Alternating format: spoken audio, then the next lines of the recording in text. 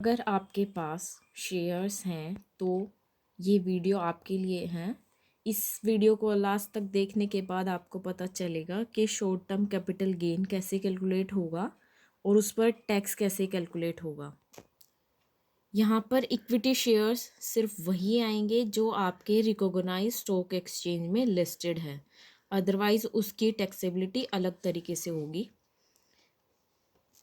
अगर आपका holding period 12 months या उससे लेस है, उस केस में आपका short term capital gain calculate होगा, अदरवाइज आपका लॉन्ग टर्म कैपिटल गेन होगा। अगर आपने सिक्योरिटी ट्रांजैक्शन टैक्स सेल के दौरान पे किया है तो ये वाला सेक्शन आपके लिए अप्लाई होगा, अदरवाइज नहीं होगा। शॉर्ट टर्म कैपिटल गेन की कैलकुलेशन करने के बाद जो कैपिटल गेन आपके पास आया है उस पर 15% के हिसाब से टैक्स कैलकुलेट होगा। जो एसटीटी आप सेल के दौरान पे करके आए हैं उसका short term capital gain calculate करते टाइम बेनिफिट नहीं मिलेगा। ये मैं आपको एग्ज़ाम्पल के साथ समझा दूंगी जिसको समझ नहीं आया कि किस तरह से डिडक्शन एसटीटी की मिलती हैं।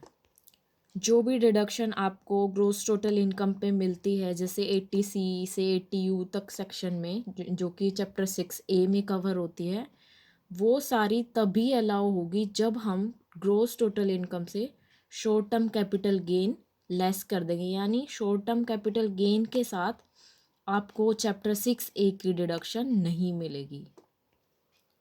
आइए सबसे पहले हम समझते हैं कि शॉर्ट टर्म कैपिटल गेन कैसे कैलकुलेट होगा। इसमें जो भी आपने शेयर्स सेल किए हैं उनकी sale value total during the financial year और उनकी बाय वैल्यू कैलकुलेट करके दोनों का नेट ऑफ करके अगर आपकी वैल्यू पॉजिटिव आई है तो वो आपका शॉर्ट टर्म कैपिटल गेन है। अगर आपकी वैल्यू नेगेटिव आए, यानी अगर आपकी वैल्यू यहाँ पर 3,20,000 होगी, 3,20,000 होगी तो आपकी वैल्यू जैसे नेगेटिव आ रही है तो इस केस में ये वैल्यू आपकी शॉर्ट टर्म कैपिटल गेन ही शॉर्ट टर्म कैपिटल लॉस होगा जिस पर कोई टैक्स नहीं है। अब केस 1 में देखिए, अगर आपकी टोटल इनकम 5,60,000 है जिसमें कि आपका शॉर्ट टर्म कैपिटल गेन 4,60,000 है, तो फर्स्ट स्टेप में आपको क्या करना है, सबसे पहले स्लैब का बेनिफिट मिलेगा आपका 2.5 लाख रुपए तक। यानी जो स्लैब रेट हमारे हिसाब से, ये स्लैब बेनिफिट आपका एज के हिसाब से चेंज हो जाएगा, लेकिन हम यहाँ नॉर्मल टैक्स पेयर की बात कर रहे हैं जिसकी एज बिलो 60 रहेगी, तो उसके केस में 2.5 लाख तक कोई टैक्स नहीं है। इसलिए जो टोटल इनकम है उसमें से 2.5 लाख तक का बेनिफिट लेके नेट इनकम पे टैक्स कैलकुलेट होगा। अब नेट इनकम हमारी आई है 3,10,000, तो जो हमारा शॉर्ट टर्म कैपिटल गेन था 4,60,000, उसमें 3,10,000 काउंट इंक्लूड हो रहा है हमारा, तो इसलिए ये टोटल हम शॉर्ट टर्म कैपिटल गेन मानते हुए इस पर 15% के हिसाब से टैक्स कैलकुलेट करेंगे। तो इस केस में आपका टैक्स बनता है 46,500। यानी अगर आपकी टोटल इनकम 5,60,000 है तो उस केस में आपका टैक्स है 46,500। इसमें आपका ये एजुकेशन सेस हटा के है ये वाला टैक्स, तो इस पर आप 4% और टैक्स ऐड कर लीजिए टोटल टैक्स की वैल्यू कैलकुलेट करने के लिए। अब आप केस 2 देखिए, इसमें मान लो आपके पास टोटल इनकम है 5,60,000 जिसमें आपका शॉर्ट टर्म कैपिटल गेन है जो सेल माइनस बाय वैल्यू का नेट ऑफ करके आपको मिली है वो 1,60,000 है। तो इस केस में भी सेम, पहले हम टैक्स स्लैब का बेनिफिट लेंगे 2.5 लाख का, तो उसमें 5,60,000 माइनस 2,50,000 अगर करते हैं तो 3,10,000 आएगा।